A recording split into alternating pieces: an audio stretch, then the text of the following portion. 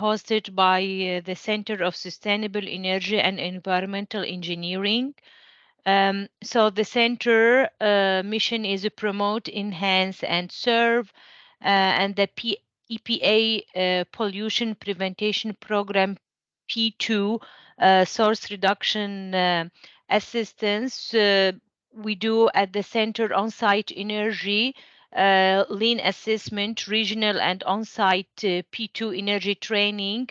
We do also regional workshops, technical and engineering support, cash flow, and market analysis, return on investment. My name is Carol Masara. I am an assistant professor in the Department of Construction Management at ECU and also the director of coastal resilience at the center.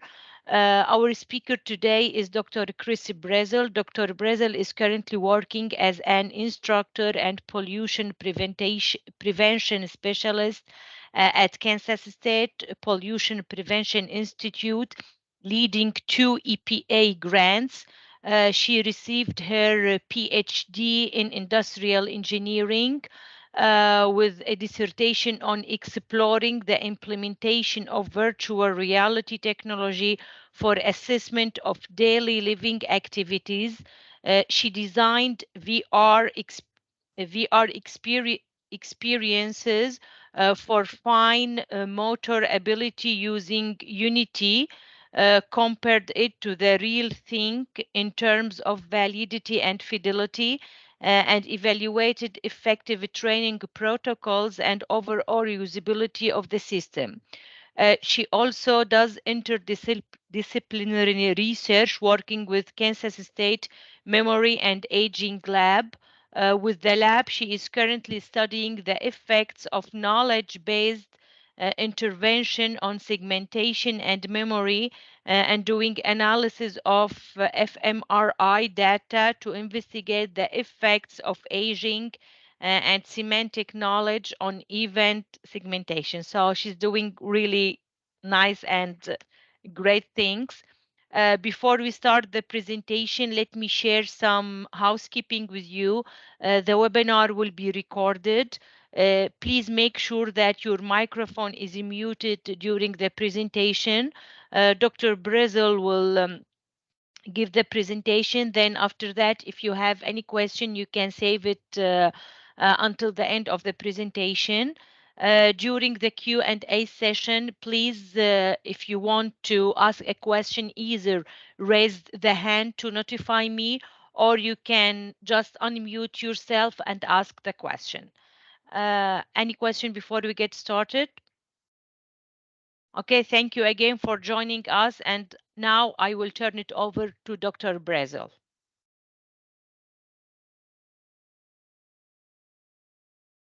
Okay, well, thank you everyone for being here today. I really appreciate your time. Thank you, ECU, for the invitation. We're really glad about sharing a little bit of the work that we do at our institute with you. So although I'm fairly new at this position with the Pollution Prevention Institute as a specialist, I was actually working with PPI back in 2019. So while I was doing my internship, I had an internship program with PPI in 2019 while I was working on my PhD. So that was a really great introduction to the sustainability side of engineering. And after I graduated, I came back to work with PPI again. So I'm very excited to be here today. So the goal for this presentation is to talk a little bit about why do we care about pollution prevention in the state of Kansas? Why does it matter to us and also to EPA? I would like to introduce some of the work that we do in our institute, and also how are we aligning our institute goals with national goals, mostly from EPA, which is our main source of income in terms of grant funding. And also talk a little bit about one of the programs that we have in our institute, which is our P2 internship program. And then at the end, I would like to share some examples of successful pollution prevention projects that we had in the state of Kansas. Yes. So to start, I just wanted to briefly talk about all the pollution prevention opportunities that we have in the state of Kansas. So we are very famous for the agriculture side of things and livestock. So we are a leading producer of wheat, corn, cattle, but we also are the home of several different types of industries, including major aviation and aerospace companies like Spirit Aerosystems, Textron Aviation. And we also have a lot of different types of manufacturing companies. So we have more than 2,500 manufacturing companies in the state of Kansas. And we also have new things coming to the state, new investment. We are growing quite fast. We have new facilities coming to the state, such as the semiconductor manufacturing facility, Integra Corporation, that is going to be in Wichita, Kansas. They will be manufacturing microchips, helping with the supply chain that we had that big deal with microchip supply chain in the past couple of years. So the goal is to help with that. And also an electric vehicle battery plants from Panasonic that will be in DeSoto, which is around Kansas City area, which are both very, very large investments. We're talking like $2 and $4 billion investments in the state, lots of new jobs, and a lot of new things happening, which means a lot of new pollution prevention opportunities as well. So next slide, please. Perfect. So our institute was founded in 1989, so we've been here for a while. We are part of the Kansas State University's College of Engineering. Our department is the engineering extension. And a really interesting thing about our institute is that we are 100% grant funded. And with our grants, we have our two main programs, which is the P2 intern program and technical assistance that we do to industrial, commercial, and institutional facilities without any sort of employee number restriction. So we can work with small, big facilities. There's not really a limitation on that. And we also have the Small Business Environmental Assistance Program, or SBEEP, which focuses on environmental compliance for smaller facilities, so with less than 100 employees. Perfect. Yes. So our main goal or our main mission is to promote sustainability. We do a lot of different things to promote sustainability, environmental education, services. And for the small business side of things, we want to help them to comply with environmental regulations and also identify pollution prevention opportunities. So this is a really nice map that the Institute created that I think shows a lot of the range of our work. So PPI so the state of Kansas has 105 counties, and PPI has offered and provided technical assistance to every single county that we have in the state. So our work is spread it throughout the state. We have connections with a lot of different types of industries. So it's really nice for us that we are not concentrated in one specific region. So we do tackle P2 all over the state, which is a really it's a really good thing, and we're very proud of that. So just briefly, our institute, the main focus is pollution prevention, or P2. So our focus is going to be on reducing or eliminating waste and pollution at the source. So preventing pollution from being generated in the first place. So I really like that diagram with the inverted triangle. So we try to focus as much as we possibly can on source reduction, but we also include some work involving reusing and recycling as well, but we try to go for the most preferable type of pollution prevention initiatives.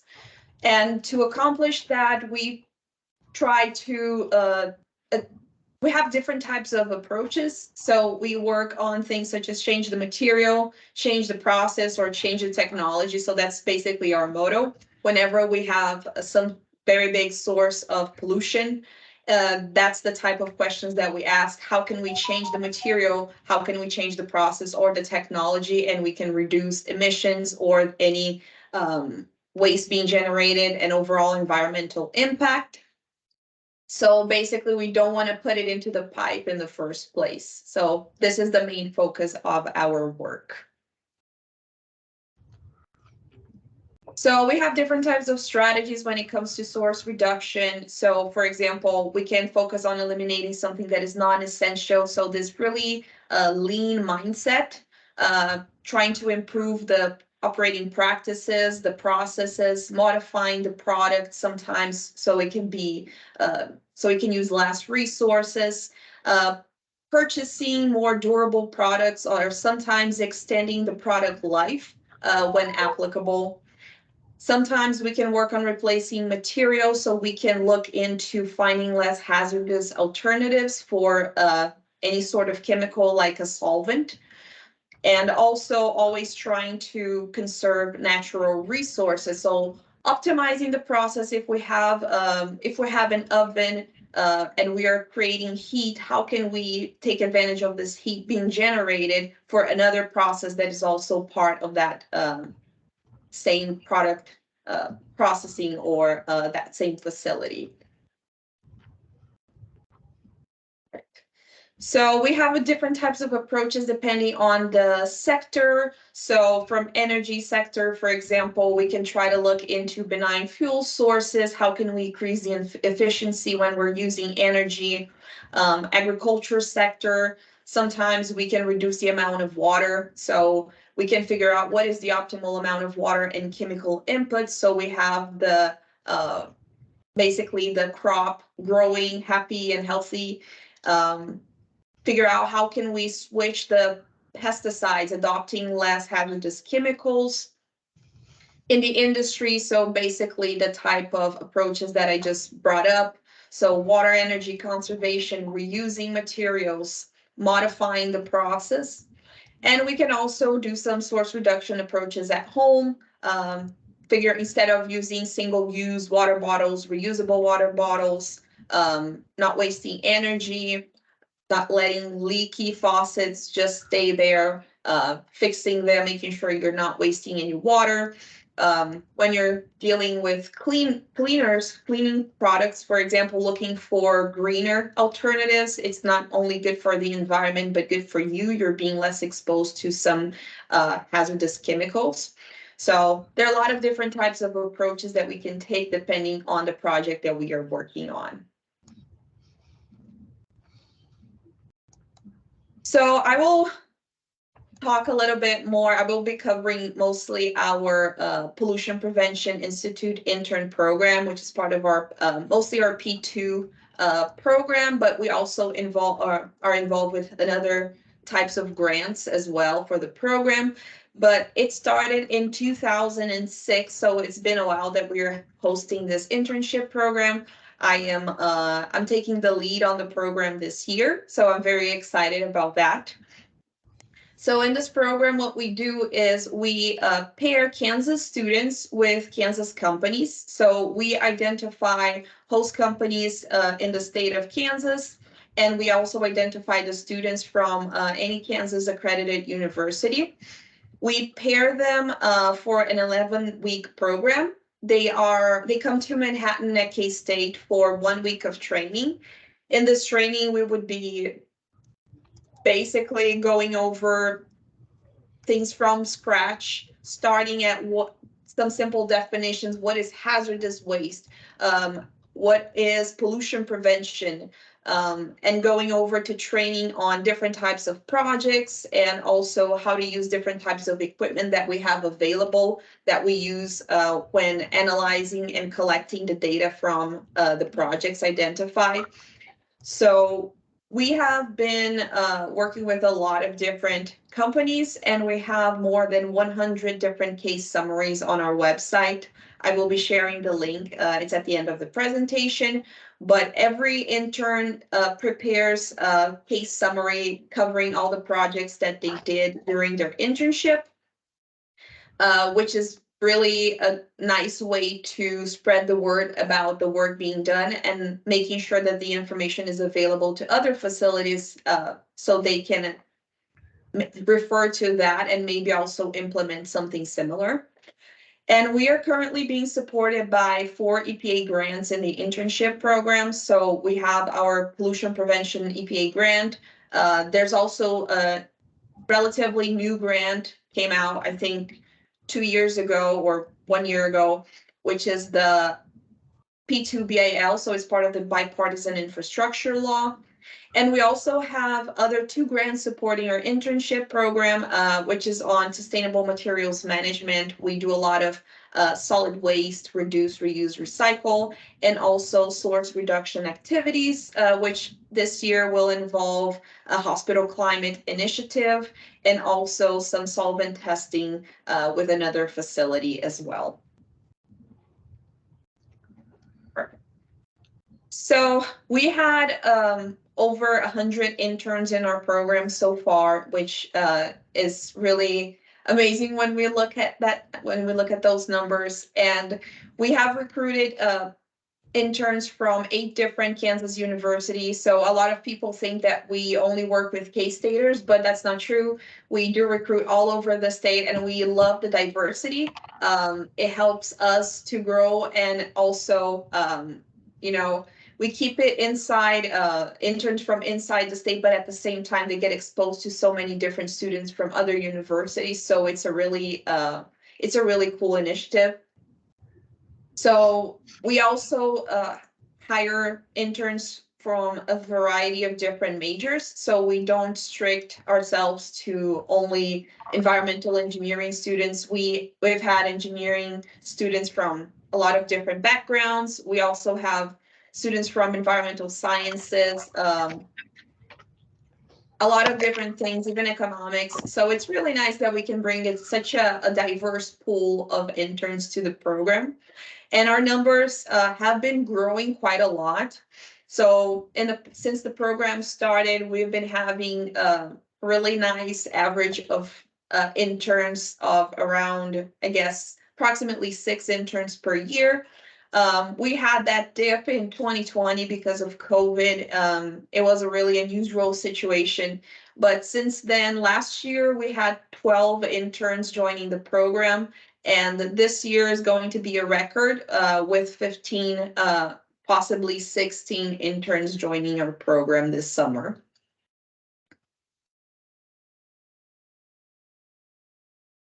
And I was checking our database recently, and we had more than 800 projects that our interns worked on for the past, since 2006, basically. So far, out of the recommended projects that involve savings of up to $90 million, $22 million were actually implemented from projects and saved. And a lot of different data, so that in that figure right there, you can see some of our numbers from our P2 program. And a lot of the and I just wanted to bring up a couple of the common projects that interns work on, and we also work on with facilities. So a lot of light audits still. So we still see a lot of facilities that don't have LED lighting, and there's still this myth about LEDs being very expensive, which is not necessarily the case anymore. Payback period for an LED implementation is pretty low right now. A lot of projects also involve compressed air audits. We do train our interns on using an air leak detection system.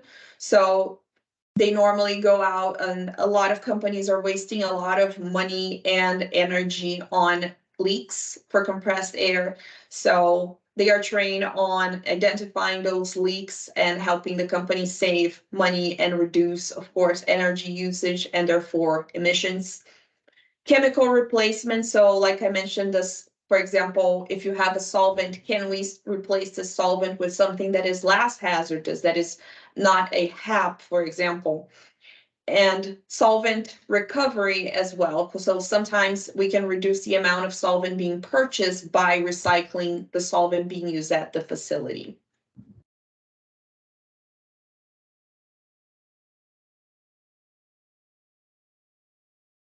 So we are always trying to align our work with what EPA has set as a national goal.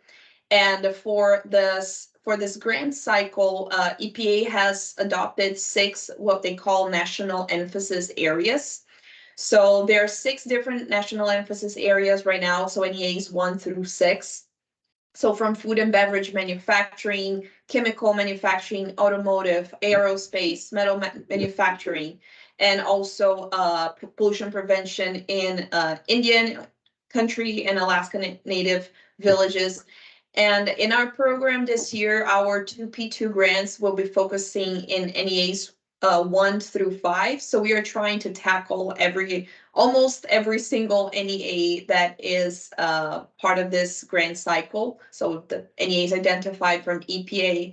And this means that whenever we are looking at host companies and trying to identify host companies to be part of our program, we try to focus on those NEAs.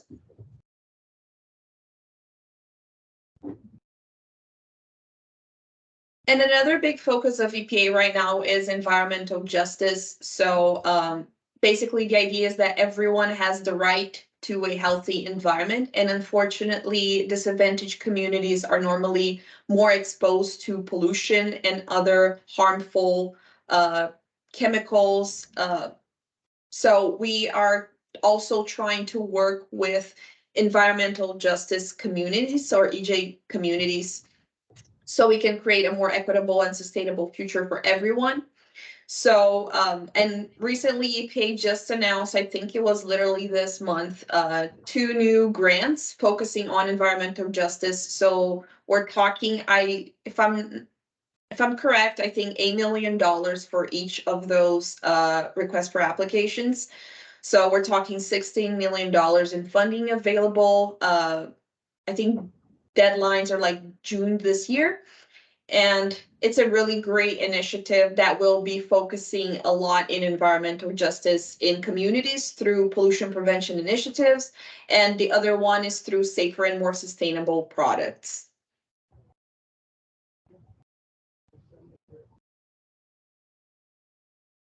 So we are also trying, so we need to incorporate the national emphasis areas in our work, and also we want to incorporate environmental justice in our work as well. So we are trying to focus on regions that are EJ regions. And we have been using a lot of different EPA tools to identify which regions are those. So for example, we have, I listed the 3 main tools that we've been using. So the one that you can see in the figure right there is the climate and economic justice screening tool. So you can basically zoom into the map and see, so the shaded areas are going to be disadvantaged areas. And if you click, you can see why is that considered a disadvantaged area. So for example, the one that is marked right there in Wichita is in the 93rd percentile for asthma, 97th for low life expectancy, and 90th for low income. So basically what that number means is that for that specific region, the data there is higher than 90% of the other values in other regions. So they're in the top region with asthma reporting and low life expectancy numbers and low income. So what we've been trying to do is identify those EJ communities so we can work with those regions to help them improve their quality of life and the pollution being generated around that area as well, make things more equitable. And then, so after we can identify things, let's say that the next step that we do is figure out, okay, which facilities do we have in that region? So this is the EPA's P2 EJ facility mapping tool. So this is basically a tool that can help us identify which facilities are in that region. We can filter things by the national emphasis area, for example. So if you're trying to work with metal fabrication, you can filter metal fabricators that are located in this area. And then we can check, for example, so here I selected a little area in the map, and there's going to be a list of all the facility names, and we can see, for example, if they report to the toxic release inventory and the RECRA. So if they're generating large amounts of hazardous waste, or if they're using any pollutants that are really hazardous to the population, we can kind of track that and reach out to those facilities to see if we can do some P2 work with them.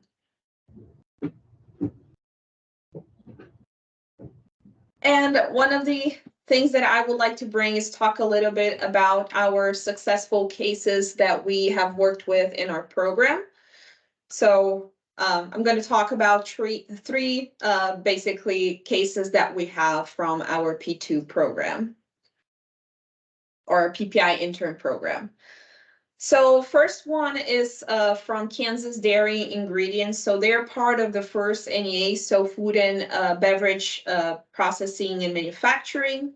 So they are a company relatively new. I mean, they were established in 2012. Their headquarters is in Overland Park, and they have their facilities is so the manufacturing plant is actually in Hugoton, Kansas. So that's basically western Kansas. And they are a manufacturing, and they deal with a lot of dairy ingredients that are used in a lot of products at grocery stores.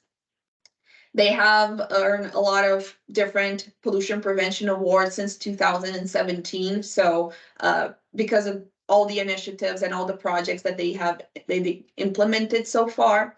And they have really great goals for the company. I think very ambitious, but wonderful. So they are trying to reduce by 2025 domestic water usage, GHG emissions, and solid waste. And for them, it's their facility is located in western Kansas, which where water is a valuable and sometimes scarce source. And then they decided to implement some initiatives to conserve water in that region. So next slide, please. Perfect. Okay. So I want to briefly talk about that diagram on the right, so we can better explain the projects that they did. So their main raw material is milk. So they get milk from a lot of different farms around the region. And that raw milk is converted into, so they separate it from milk and cream. So in red, you're going to be seeing the actual products that they sell. Light blue would be a process step, and then the darker blue is a byproduct. So they have two main production facilities. So one is focused on the milk side, and one is focused on the cheese side. So on the milk side of things, what they do is they use a ultrafiltering process to convert the milk to separate it into ultrafiltered milk and milk water. And what they did with this milk water, they use a reverse osmosis system, and they separate that into water and ultrafiltered permeate, which is basically used as animal feed. And then they treat the water so it becomes potable with UV lighting. And then on the cheese side, they get the milk, and then they do the pasteurization and the curdling to make the cheese. And then basically results into some leftover whey, which using some wash tables is actually separated into whey protein content, which is another product that they sell. Milk water, which again goes through the same process as the milk side of separating into ultrafiltered permeate and the potable water. So what they did first is the first project, so the cheese plant water recovery. So they are all this potable water that is a byproduct of the process is actually being saved for other process within their facility. So that stored portable water is being used and saving a lot from actual city water usage. And another thing that they have, so the second project was a cleaning project expansion. So they have a cleaning place system on the milk side, which is basically a system that cleans all the pipes and tanks that are used in the milk processing, and they use a lot of water for that.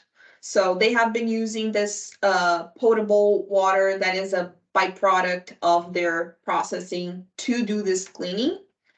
And after they actually use this water for this cleaning in place, they treat that and they're now sending it to a pond where it can be reused again. So if you go to the next slide, please. Perfect. So then they had the third project, which is the irrigation project expansion. So after being used for that cleaning process, that potable water becomes crop water to irrigate crops. So they decided to take this really nice approach of circular economy. So they integrated, so there's the ultra-filtered permate, which is one of the byproducts of milk water that has been used as animal feed.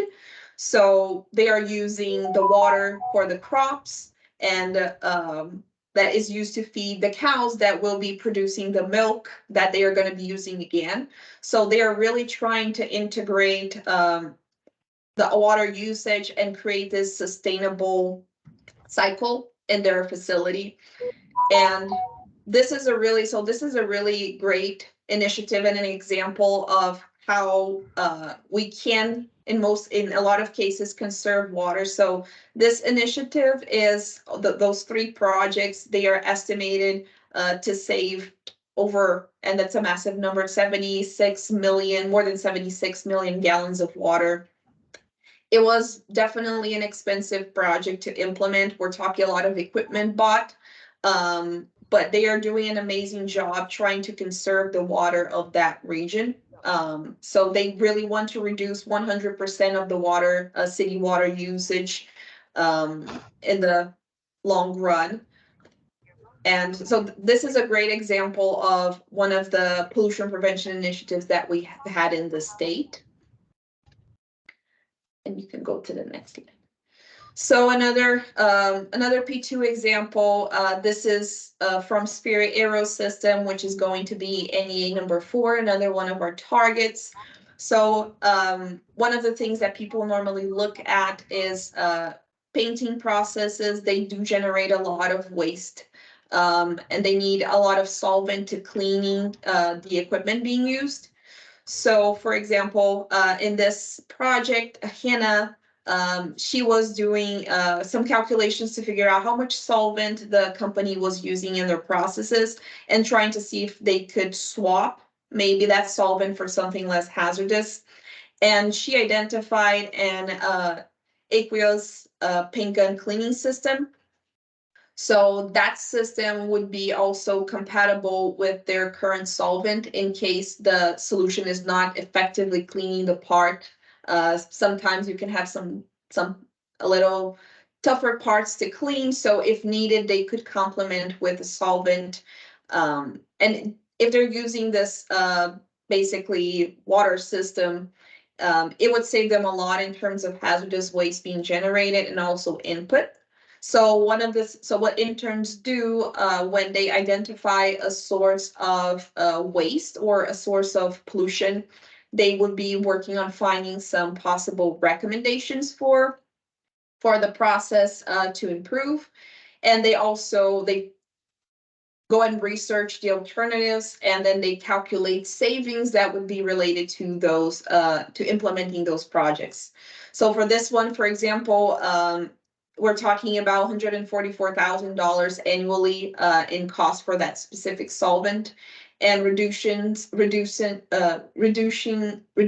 sorry a lot of VOC emissions. So HAPS 2 lots of gallons of hazardous waste that can also be reduced from the company. So really amazing results. Sometimes things would require some more research being done and some testing. Not necessarily this can be done in the 10-week frame, but we follow up with those companies to see if they were actually, if they implemented the projects, if they continue any of that work, and we also support them if needed to. And then another example, we have RedGuard, which is a blast resistant building facility. So this would be NEA number 5, another one of our targets. This project was done by Lindsay, and she was looking into alternative blast medias for what they were currently using, which was coal slag. So they were cleaning steel structural frames using this abrasive blasting with coal slag, which is a single-use thing, and it was costing the facility almost $120,000 annually. And she did her research and identified an alternative of steel grit, which is something that can be reused up to 200 times. It would require an investment, which is quite normal. Some of the P2 initiatives, they will require a first cost. So this is also something that the interns incorporate into their calculations. So it requires a recovery system that costs about $260,000, but calculating all the costs related to the coal slag and the number of reuses that they expect to see in 1 year, she calculated that more than $100,000 per year could be saved, and this would result in a payback period of only 2.5 years, considering consistent and constant demand, which sometimes is not the case. Sometimes as they grow, they will be saving even more.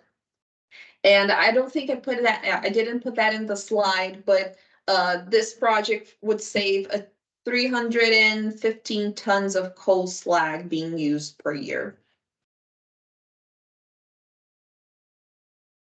So to wrap up and talk a little bit of what's next. So yes, we have a lot of agriculture here, but we do have a lot of manufacturing facilities. We have more investments coming in. So this means a lot of pollution prevention opportunities for the state, which means a lot of work for us, which is great. So there's a lot of new grants coming in. A very strong focus in environmental justice is what we are seeing. And there's so many tools that can help us and can help anyone identify those communities. And this is one of the big focuses of one of our current grants as well. And with everything growing, a lot of new opportunities, we are definitely seeing growing internship numbers. Like I mentioned, we have a record number of interns this year, which will be very exciting. We will be working with a lot of different types of facilities, a lot of aerospace, metal fabricators, some companies that we've been working for a couple of years, they're coming back again to work with us, which is great. We have a lot of case summaries, and like I said, I will be sharing the link for our website that includes all those case summaries if you want to take a look. Our goal is to spread the word about the initiatives that we do, so other people can also implement that in Kansas and also any other state. We are also, so I brought up that we have one of our grants focusing on environmental justice a lot. So we are working with preparing some community events. So at the end of the year, we're going to have 2 community events in 2 different counties that are counties with a lot of environmental justice concerns.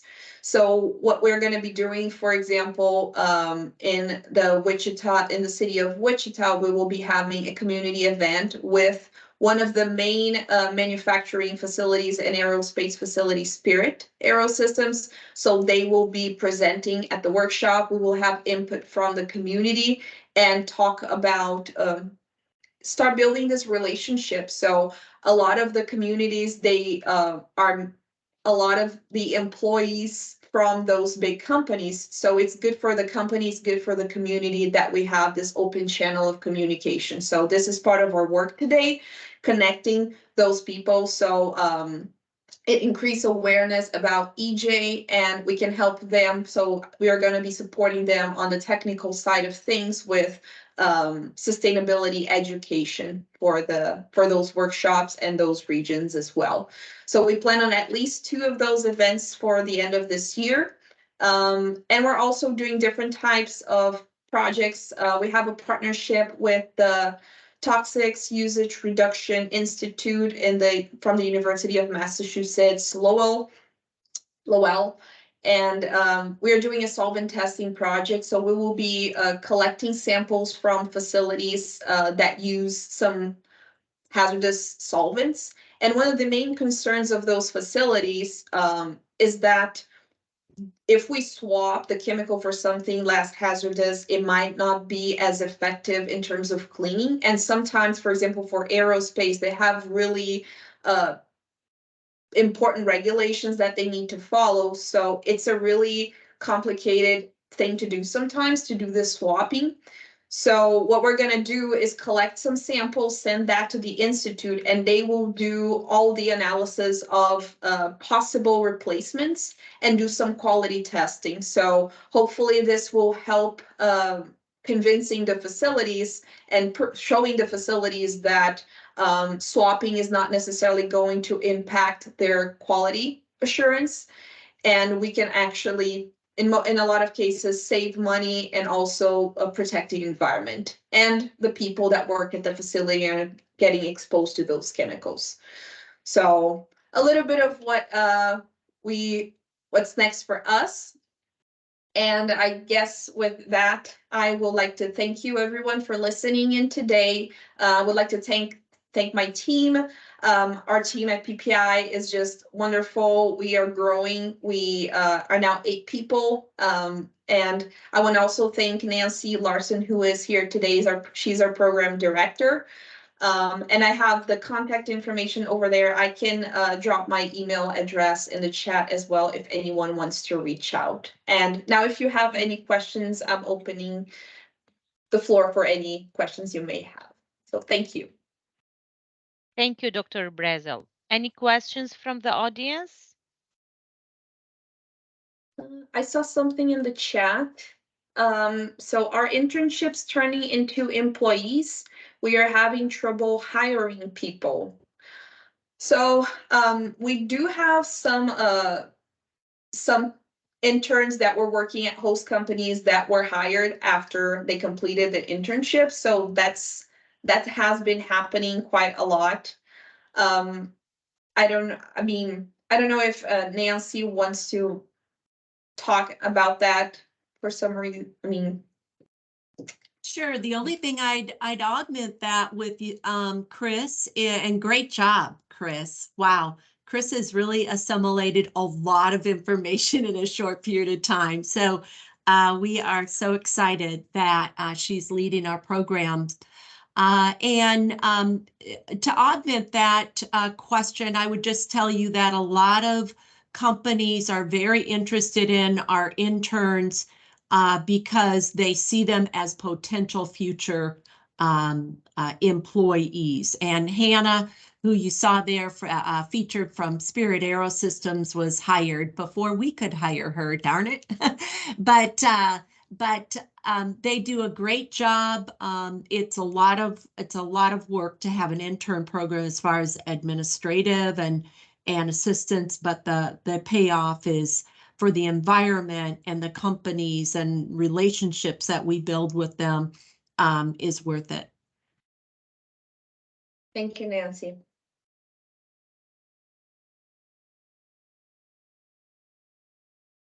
So another question in the chat, how do you get companies to participate in your program? That is a great question, and this is something that we have to deal with every year. So it really depends on the grant. So the basic thing, and that's how I see as a great sales pitch that we do have, is showing so when we identify a potential host company, or sometimes they identify us, they see something about PPI in the news, or talk to someone about it. They check our case summaries and they see that our program is focusing a lot. Of course, our main goal is pollution prevention, sustainability, but in a vast majority of cases, we are also talking about monetary savings. So this is a really great selling point for a lot of companies. They see that, yes, I'm going to be hiring an intern, but they're going to be helping us be more sustainable, building our brand, and also in a lot of cases saving money as well. So this is something that we try to focus a lot when we are identifying the host companies. So we also have the side of the training. So we do train the interns, so they do have an on-site supervisor, so someone that will be with them on the daily basis, but they have full support from our staff. So we have a lot of connections, so we do help them implementing the projects, and we train them so they can identify other possible projects at their facility.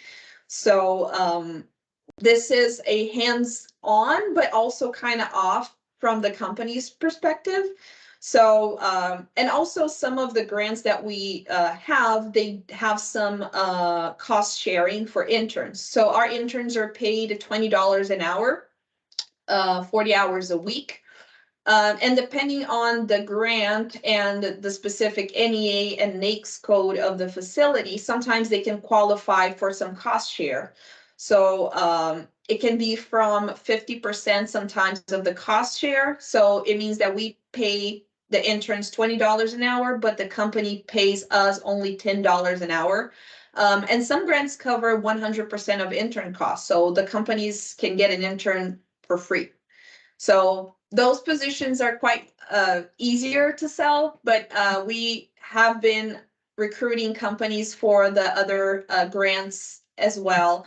And from our numbers, we can see that companies are really interested. They have a lot of P2 work to do, and sometimes they just don't have the time, they don't have the resources. So hiring the intern, it's a great opportunity for them to tackle those projects that have been pushed to the side. Thank you. Another question in the chat. Do you ask the interns to submit a technical report in addition to the case study? Yes. So basically the final product that interns work on is going to be the case study, which is short summary of the projects that they did in a really nice, easy, digestible way of sharing the information. But they also they write a technical report to the host companies that goes over all the work that they did during the summer. So they work on these reports throughout the whole internship time. So we normally request them to have 30 to 50% of the final report done by the middle of the program. So we try to keep track and make sure things are moving. 10 weeks, they just fly by so fast, and we try to make sure that they have everything on track. And yes, so they do submit a technical report to the host company. This is not published online. The only thing published online is from the company, and that internships position specifically is going to be the case study with the summary of the projects and the main outcomes. Thank you. Thank Any you. other question?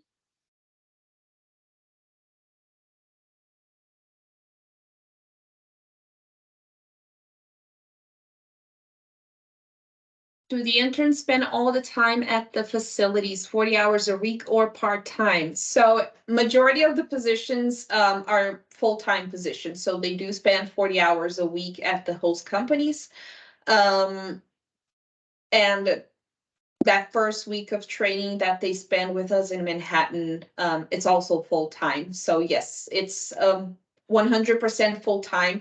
We sometimes do have part-time positions or some specific projects, but I would say that the bulk, at least this year, we are talking 15 interns full-time. Thank you. Thank you. Any other questions?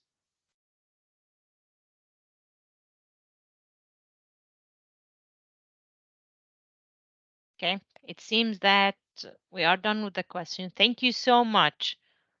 Thank you so much for this opportunity. And I dropped my email in the chat. If anyone wants to contact me, please feel free to contact. I would love to chat about any questions, any ideas. We're always open to new ideas as well. So I think And we I have saw- one more question. I have, Yeah. I'm Yeah. sorry, I have last minute question. Is there or can you share your experience with the different background of the students, if they are from different disciplines, how you train them in a different way, or they receive the same training and they have the same performance, mechanical versus environmental versus environmental sciences? That is a great question. And so what the training that they get on that first week, it's pretty much standardized. What we try to do is tailor the training so that it matches the projects that host companies requested. So when a host company applies to the program, they already define 3 projects. That's what we ask for them from them. 3 main projects that the intern would be working on, and then some contingency as well. Sometimes things happen. They have the idea, cannot really execute, so we like to have some backup projects. So we try to tailor the training so that it covers the topics that the projects that the companies requested. And so regardless of the background, we do train them equally. But we try to make sure that we do a good match, because we normally have a really diverse pool of candidates. So some companies we might identify, and that's part of the very complicated process of matching students with the host companies. So we try to see, okay, this host company might benefit from an intern that has a background in chemical engineering, because they will be doing a lot of solvent replacement, chemical analysis. So we try to match this company with a student in a relative with a useful background, so maybe chemical. Sometimes, since we have so many different companies, we have so many different projects. Sometimes we have a lot of energy projects, we have the water projects. So this year we have again, a diverse group. So we do our best to try to match. And if there's something missing, we will definitely train them on that. And we provide full support during the whole internship program. So they have their, they will always have me. So I'm basically leading the internship program, but they also sometimes have a backup specialist as well.